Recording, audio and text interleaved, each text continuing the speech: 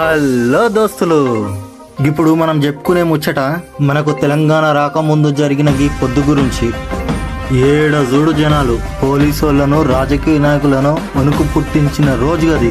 లాఠీలెరిగిన, తూటాలు వేలిన, జైల్లో వేసి కేసులు పెట్టిన, కంచెలతో ఆపాలని చూసిన, జై తెలంగాణ అనే నినాదంతో సమైక్యవాదాన్ని తరిమి కొట్టాలన్న పట్టుతో జాయింట్ యాక్షన్ కమిటీ పిలిచిన ఆ ఒక్క పిలుపు హైదరాబాద్లో ట్యాంక్ బండ్ కాడ సముద్రపు ఉప్పెనలా ముంచుకొచ్చిన జనాలు.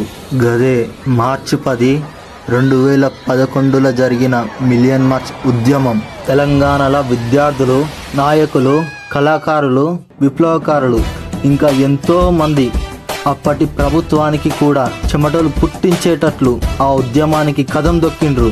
పొద్దు జాయింట్ యాక్షన్ కమిటీ నాయకుడైన కోదండరాం సార్ను అరెస్ట్ చేసిర్రు. తెలంగాణలో ఉన్న అన్ని జిల్లాల నుండి తరలి వస్తున్న ఉద్యమకారులను దాదాపు లక్షలాది మందిని అరెస్ట్ చేసిర్రు. ఖాళీ హైదరాబాద్ లోనే 11,000 మంది దాకా అరెస్ట్ చేసిర్రు. ఈ ఉద్యమానికి వ్యతిరేకంగా పనిచేస్తున్న మీడియా వాహనాలతో పాటు ట్యాంక్ బండ్ కాడ ఉన్న ఆంధ్ర పాలకుల విగ్రహాలు కూడా కూల్చేసిర్రు. నీళ్లు, నిధులు, నియామకాలకు పునాదిగా సాగుతున్న గా ఉద్యమం ఆసక్తికి, ఆకాంక్షలకు లక్షలాది గొంతులు ఒక్కటై నిలదీసిన రోజుగది. హైదరాబాద్ లో పారామిలిటరీ దిగిన, ప్రతి జిల్లాలల్ల కంచెలు పెట్టిన, తెలంగాణ రాష్ట్రం సాధించాలన్న పట్టుతో ఊహించిన దానికంటే ఎక్కువ మంది ట్యాంక్ బండ్ మీద ప్రభంజనం సృష్టించిర్రు. ఆ మిలియన్ మార్చ్ ని విజయవంతం చేసిర్రు. జై తెలంగాణ.